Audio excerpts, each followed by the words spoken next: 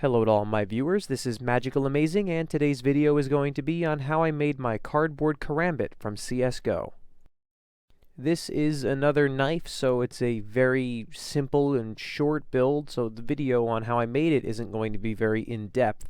I hope you guys can extrapolate on what I mean some of these points. Let's get started.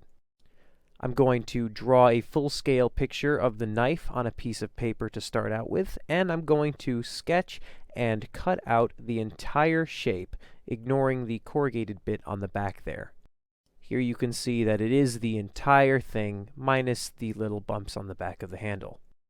I'm going to remove the corrugation from the blade in the areas that you see here. This is going to allow me to pinch the blade together. I've made two pieces here, and you can see that I've removed the corrugation on both pieces the same way, put some glue in between them, and pinched them together, creating blade taper. Here I cut out a couple very thin strips of cardboard with the corrugation removed that I'm going to use to cover the corrugation on the tang of the knife.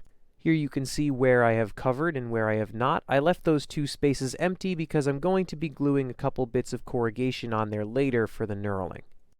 The grips are made by cutting out this shape here and removing the corrugation in the pattern that you see. As you can see, I have kept the outer layer of cardboard from the parts that I cut out for the finger indents, and I've actually taken a different piece of cardboard that was more finely corrugated and cut it to fit in that front part.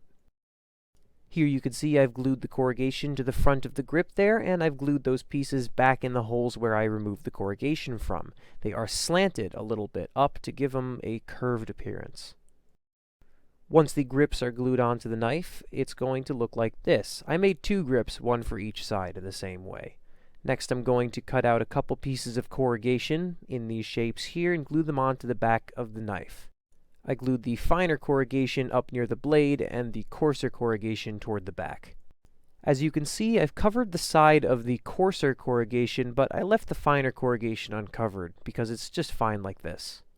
And that's really it. Like I said before, as a knife, it's pretty simple, not very complicated. So, thank you all for watching. I hope this helped you out. This is Magicalamazing, signing off till next time. See y'all later.